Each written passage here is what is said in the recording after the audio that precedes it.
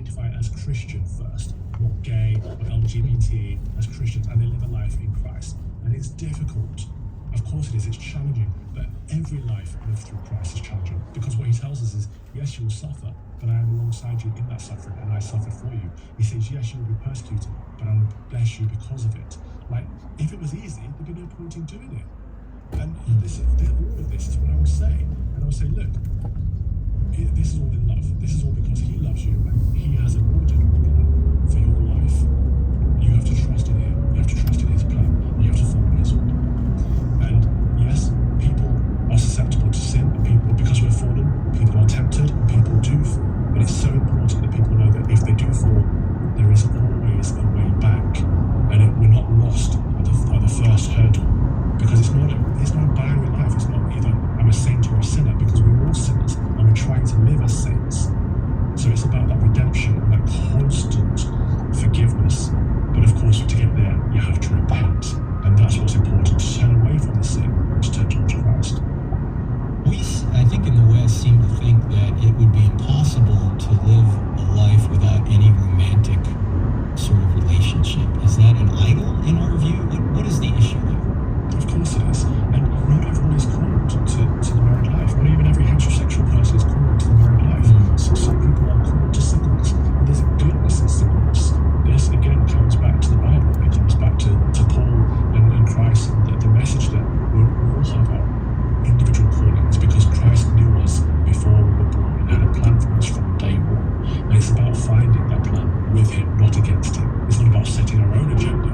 It's about trying to walk through the doors that God opens for us. And that is as much in relationships as it is in our careers. It says that Christ learned obedience through suffering. What does that mean for us?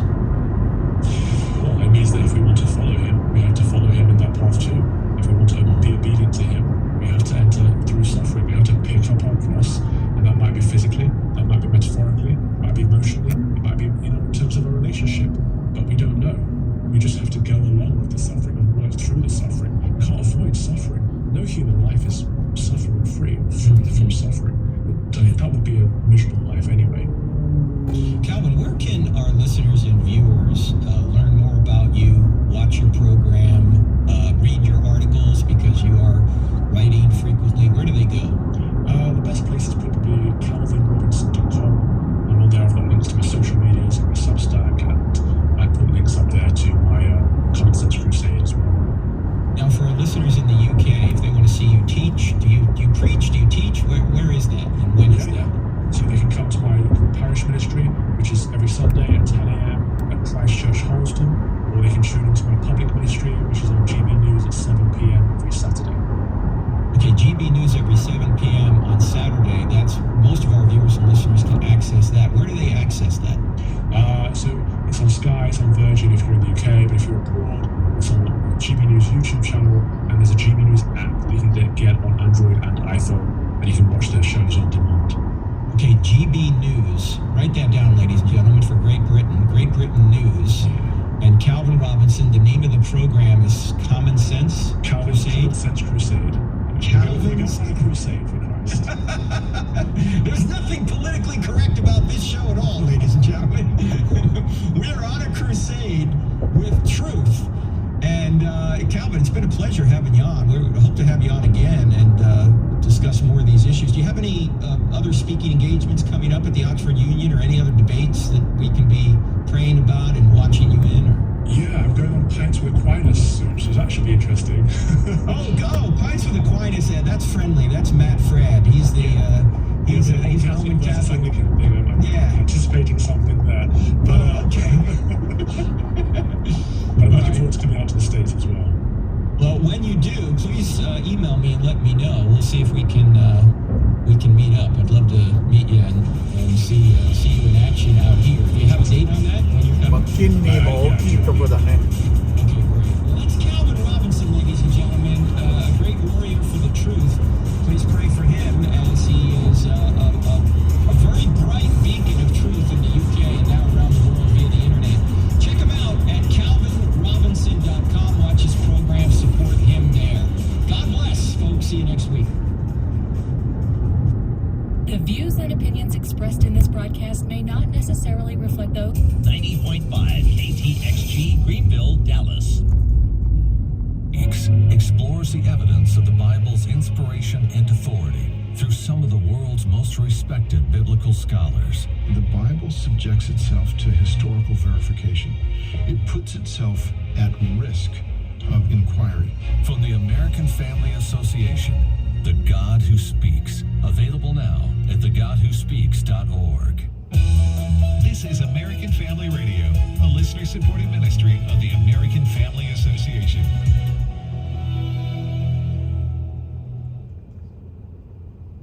This is the Middle East Report. I have news for you. The firstborn of that family would not be killed. We're saved, not by affiliation. This is not a matter of the blood that runs within you. It is a matter of the blood that you sprinkle on the doorposts of your hearts. Each week, American Family Radio brings you truthful reporting on what's happening in Israel and the Middle East. I'm John Riley. Jewish people around the world celebrate Passover this weekend. Passover is the time when Jews remember their deliverance from Egyptian bondage. The story is found in the book of Exodus. Amir is a worldwide Bible teacher and founder of Behold Israel. He lives in Israel with his family. Here's a portion of a message that he gave called Jesus and the Passover Through Jewish Eyes. This is about the Word of God. This is about something that goes back 3,500 years ago. Something that was carried by the Jewish people simply because to them many different instructions were given, were entrusted in their very hands to carry all the way to this very day. However, when all the Jewish people around the world will sit around a table and celebrate the Seder, the Passover, they will most likely not understand fully what it's all about. The interesting thing is that when the angel of the Lord came to strike the firstborns of the Egyptians, back then, it wasn't that he was instructed to skip the houses of the Jewish people. The instruction was very clear. In Exodus 12, verse 23, the instruction was, every house where you see the blood on the two doorposts, that's the house where the destroyer cannot come in. I often think about what if some Egyptian family overheard that instruction that Moses gave to the people and had that blood on their doorposts. I have news for you. The firstborn of that family would not be killed. We're saved, not by affiliation. This is not a matter of the blood that runs within you. It is a matter of the blood that you sprinkle on the doorposts of your hearts. You're listening to the Middle East Report from American Family Radio. I'm John Riley. Amir says the Bible is filled with scriptures that deal with the Passover. Isaiah 46 verses 9 and 10. Remember the former things of old, for I am God and there is no other. I am God and there is none like me, declaring the end from the beginning and from ancient times, things that are not yet done. And I don't know if you know that, but the Passover is the first event on the calendar which was just instituted by God himself 3,500 years ago. And so, remember the things of old. The Passover is to remind you of the things of old. And then he says, I am actually declaring the end from the beginning. So when 3,500 years ago, Moses instructed the people of Israel to do certain things, to follow certain instructions, certain rules, certain steps, it was actually unveiling the plan of God that will be executed in the future. In fact, Seder in the Hebrew language means order. There is order in the Word of God and in the way God does things. There is no chaos. There is no confusion. God is the author of order. You can view the entire message from Amir, Jesus and the Passover through Jewish eyes, by visiting beholdisrael.org. That's beholdisrael.org. You can also follow them on YouTube, Instagram, and Facebook. That's the Middle East Report from American Family Radio, each week providing you with truthful reporting on what's happening in Israel and the Middle East. I'm John Riley. Today's issues. Documents. We found more documents. I joked last week about the president pouring himself some cereal, a box of Lucky Charms, and having documents slide out. He forgot he put them in there. What I keep finding interesting and hilarious, quite frankly, is I don't know how many times you're going to trot out the word inadvertent. Today's issues. Weekday mornings at 11 Eastern, 10 Central on American Family Radio. Welcome to the Choose Life Radio Network. Your host is Jill Taylor. Every week we bring you a candid conversation with someone who's making a difference for the cause of life. And now here's Jill to introduce today's guest on Choose Life Radio. Have you ever had a bad day because you couldn't find your keys? Or even worse, you couldn't get them into the lock of your door? How about hearing a song in your mind, but you couldn't write it down? Those are little things to our guest today. Welcome to Choose Life Radio, and we are blessed with our guest, Bradley Walker. Thank you for joining us today, Bradley. Thank you, Jill. It's great to be with you. Oh, it's so good to hear you. I have been fascinated by your music, Bradley. I would consider it a significant opportunity to hear you talk a little bit about some of the medical issues that you personally have had. Well, if I told you about everything, we'd be here for quite some time. But no, it's all good. I was born 2 months premature. Okay. I don't think it was immediately known, exactly what the differences were or what the problems were, however you want to say it. I've lived my entire life in a wheelchair.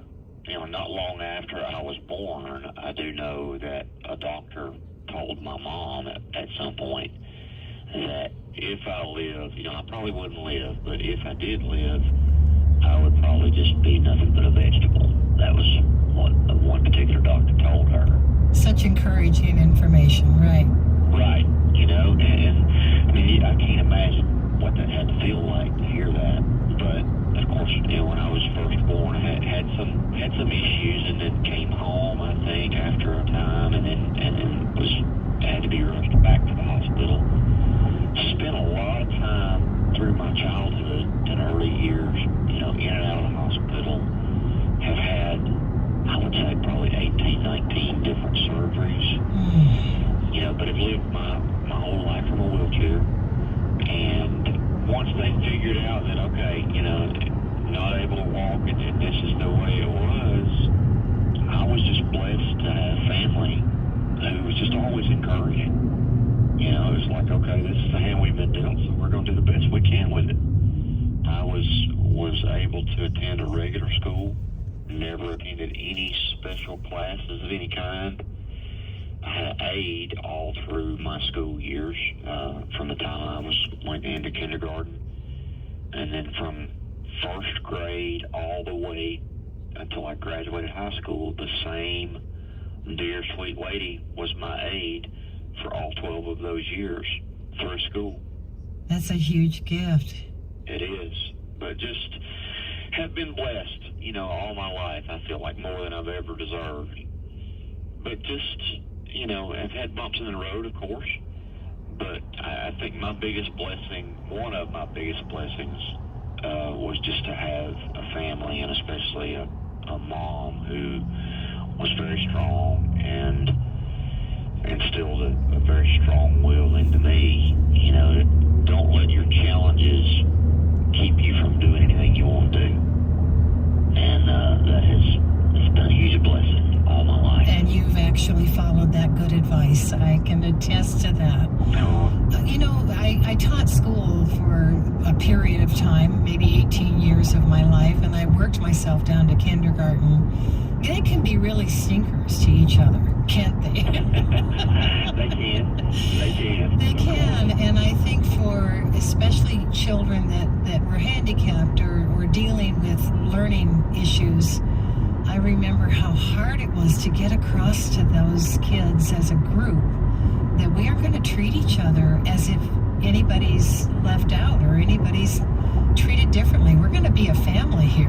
Right. But I think a lot of teachers don't understand how important that is. And I'm sure that every time you went into a new class, you had a woman with you who was going to be there for you. But you also had to do on your own time, figuring out how to make those kids understand you were special as well. Right.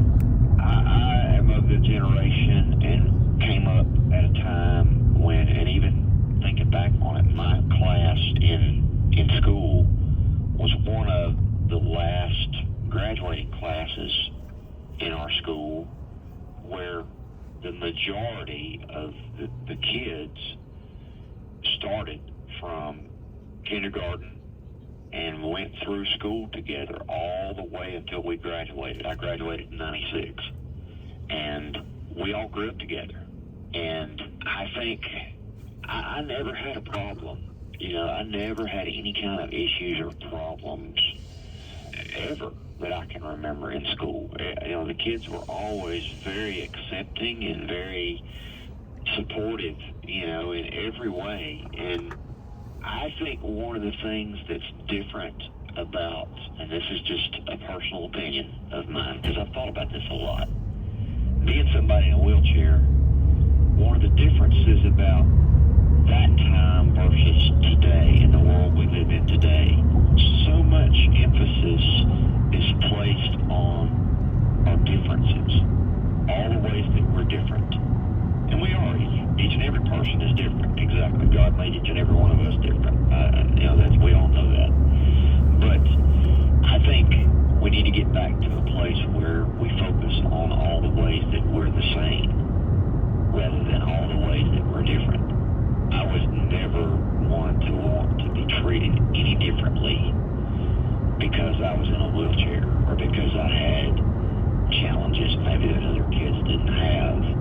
And the way I was raised, my mama told me, you know, as a kid, if I catch you trying to get special treatment because you're in a wheelchair, you're going to be in big trouble. You know? You can probably appreciate that being a teacher. Yeah, that's right. That you had a strong mother. That's pretty amazing. Yeah. But I really feel like that's a big thing that I wish people would get back to is focusing more on the ways that we're all the same rather than the ways that we're different, you know, because I think it's just better to have that kind of thinking, I guess. That's another conversation for another time. That's a great conversation, and you have a lot of good conversations in you. I want to capture everyone we possibly can in the time that we have. I wanted to ask in particular that if there's someone listening who's facing information that a physician has given them about their child, it seems that nowadays, with all the equipment and the ability to look at things from the very beginning, we can get information that might discourage a mother or a father that says, I don't know if you should go through with this, you know, we should end it now. I'd love you to speak to that because I think your story is that. But a lot of people don't recognize and put two and two together to understand your story was that as well, in essence. Not that your mother would have been able or wanted to make a change in terms of the birth because that wasn't known at the time that she was going to have it premature. But it still resulted for you in a lot of struggles and a lot of challenges. Talk about that, would you? I think that we just live in such a different time. I'm one of these people that is totally against doing your own medical research on the internet. And I learned that the hard way several years ago because we automatically, I think, just for whatever reason, we go to whatever the worst scenario could be, and we think, okay, that's what it's going to be, you know, with anything medically. And I've had friends, and I'm very old-fashioned in a lot of ways, and I'm like, whatever you do, don't look on the internet. You know, if you're not a doctor, you know, leave that to the doctors because you can get a lot of bad information that way, I think. But I don't know, I think in any situation like what you're talking about, having a strong faith is very, very important. I'm of the belief that God doesn't make mistakes. ケンジの God just, he just don't make 送って mistakes. きたステッカーをさ、侍っていうの It's kind of like it to another あれはちょっと situation. 恥ずかしいわ My dear friends Joey and Rory Feek. 誰かに Yeah, I don't know if you're familiar with their でも story. せっかくもらったもんだからさ、 Joe, あれ自分でやれいいのにね、 when Joey それ貼ってんの自分の車に。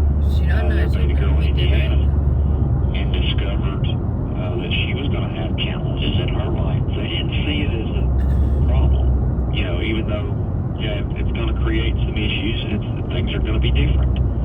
But there again, God doesn't make mistakes, and I think that's the biggest thing is just to have faith. And like you said, I was blessed with a very strong mother who had to be strong throughout my life to fight for things to be as normal as they could be for me. And I'm talking about from attending a normal school, riding a school bus. I mean, it's, the simplest of things. As a kid, I wanted to ride a school bus just like everyone else. Well, at that time, now it's not that big a deal. You see accessible school buses more, but at that time you didn't see that. She pushed. She's like, "Hey, you want us to ride the bus? You ought to be able to ride the bus." And guess what? I rode a school bus. Just little things like that, but those little things are the big things. So just having somebody to fight for those things and make life as normal as it can be, because it is normal. That does become normal for somebody in my situation. I've never known anything any different.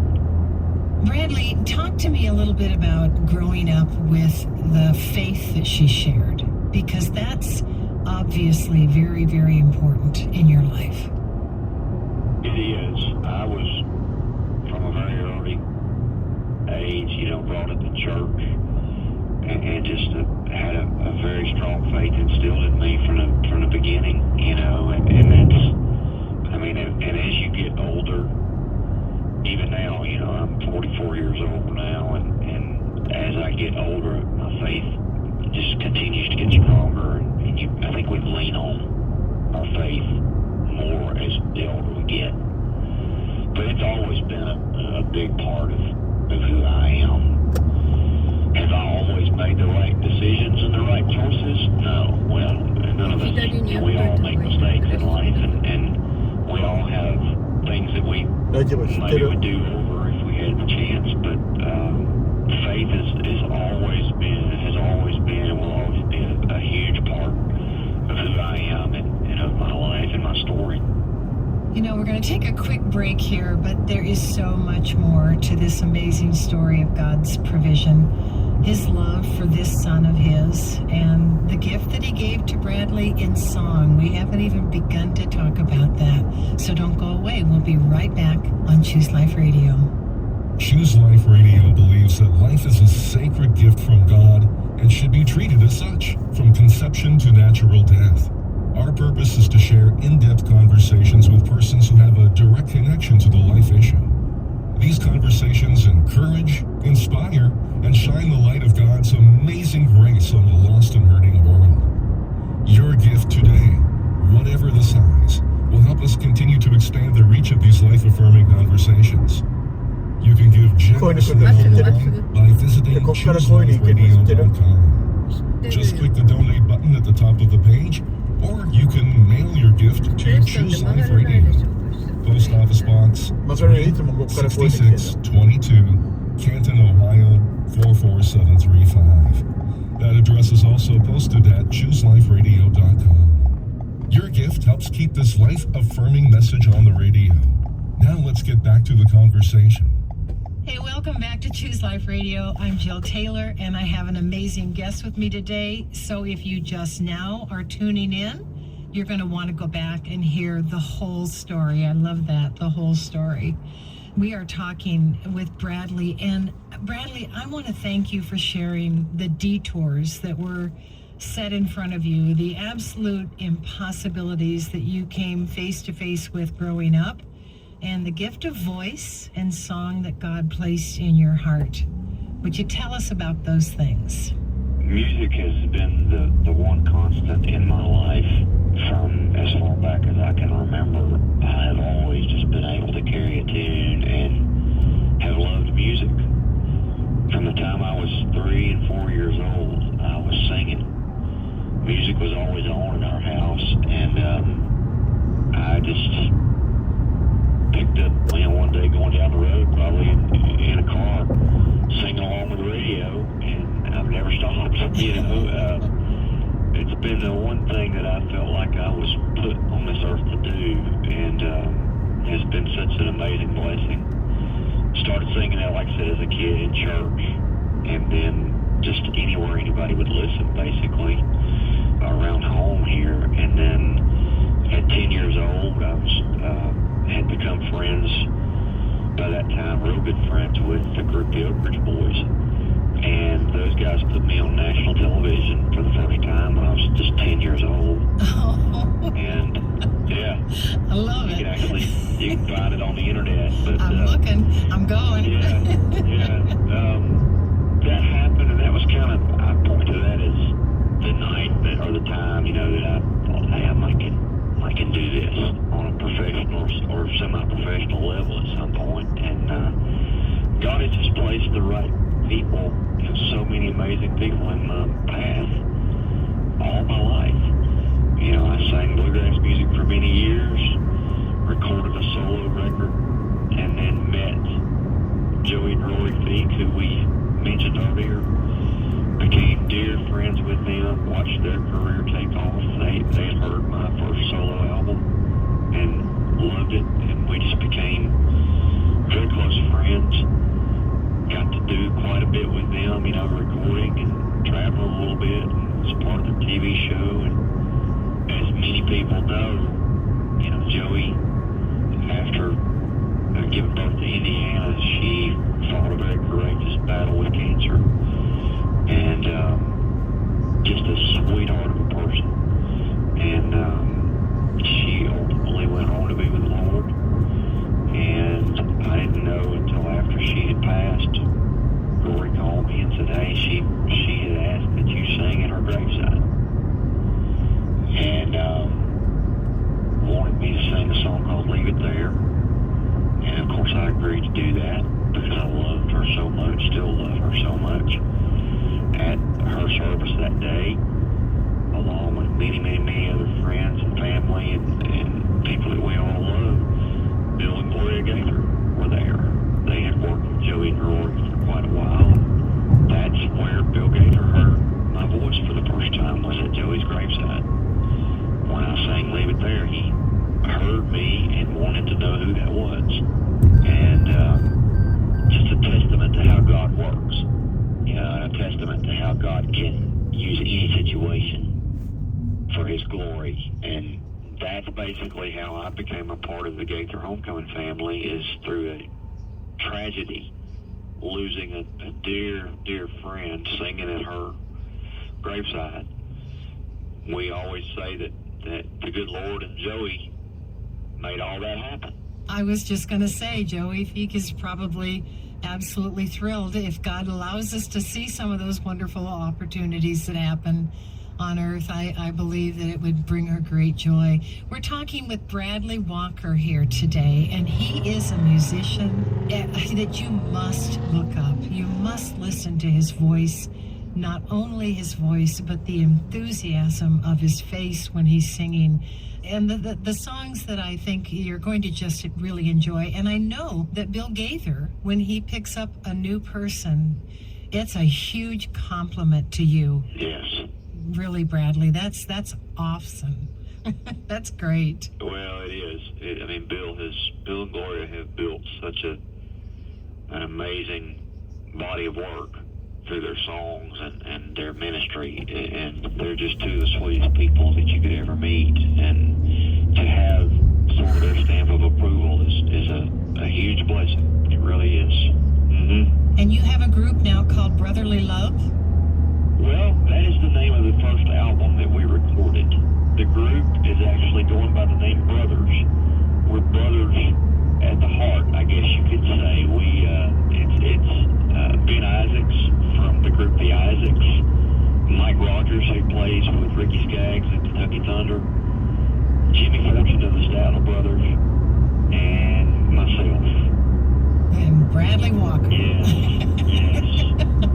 Oh, it's a wonderful sound, and it's so fun to actually watch the clips. The enthusiasm, the fun, the music is enhanced by who you are, each one of you, and whose you are. Oh, thank you. これどういうふうにここ曲がるかっていうと、ここからもう信号を出すわけ。それであそこのグリーンのところが右のところだから、20マイルで曲がるとしたら、ここからずっとスローダウンしていって、でそれで20マイルでしかないと、向こうから車来てると曲がれないから、20マイルまでこういうふうに下げて、それでゆっくりとここでこういうふうにやれば曲がれるから。そうしないと危ないから。このようにいつも私曲がってるから、半分くらいのところから回さないと、急にやると車も回転してしまうし、信号がないから、ああいうところはね。だから気をつけないといけないってこと。回り方ね。